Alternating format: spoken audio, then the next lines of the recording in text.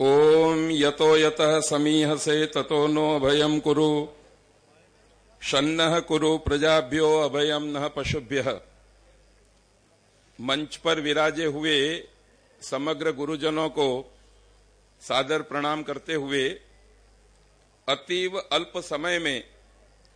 प्रस्तुत विषय को आप सब लोगों के सम्मुख रखना चाहूंगा। मुझे विषय दिया गया है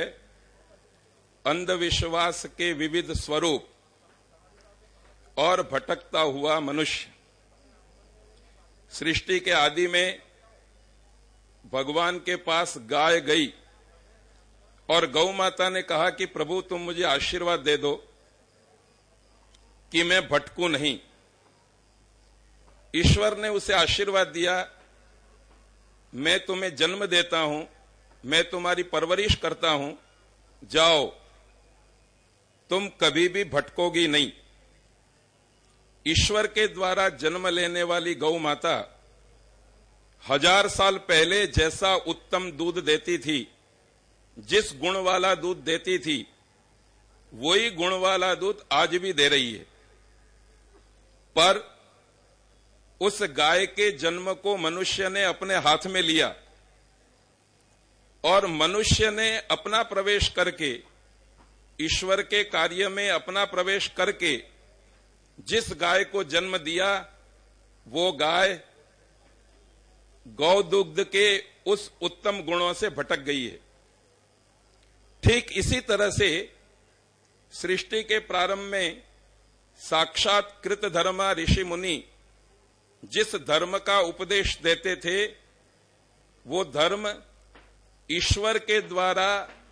उक्त धर्म होता था। इसलिए तत्कालीन समाज में मनुष्य भटकता नहीं था, परंतु धर्म पुस्तकों को मनुष्य ने जन्म दिया और मनुष्य के द्वारा जन्म दिए हुए धर्म ग्रंथों के आधार पर मनुष्य को बनाने का, विविध संप्रदाय युक्त बनाने का जो कार्य प्रारंभ हुआ, वहीं से मनुष्य का भटकना भी शुरू हो गया है।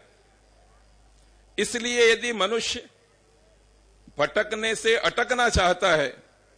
तो उसका एकमात्र कर्तव्य है कि वो ईश्वर की शरण में जाए, ईश्वर की वाणी वेद के अनुसार अपना जीवन बनाए और मनुष्य के विचारों से पनपने वाले जीवन से वो खुद अटके तो तुरंत ही उसका भटकना बंद हो जाएगा। तो एक संदेश ये है, यदि हम अपने जीवन से भटकना नहीं चाहते हैं तो हमें ईश्वर के प्रति जाना पड़ेगा, ईश्वर की आज्ञाओं के प्रति जाना पड़ेगा, ईश्वर के द्वारा प्रोक्त धर्म की ओर जाना पड़ेगा। और आप इस तरह से जब वेद के पास जाएंगे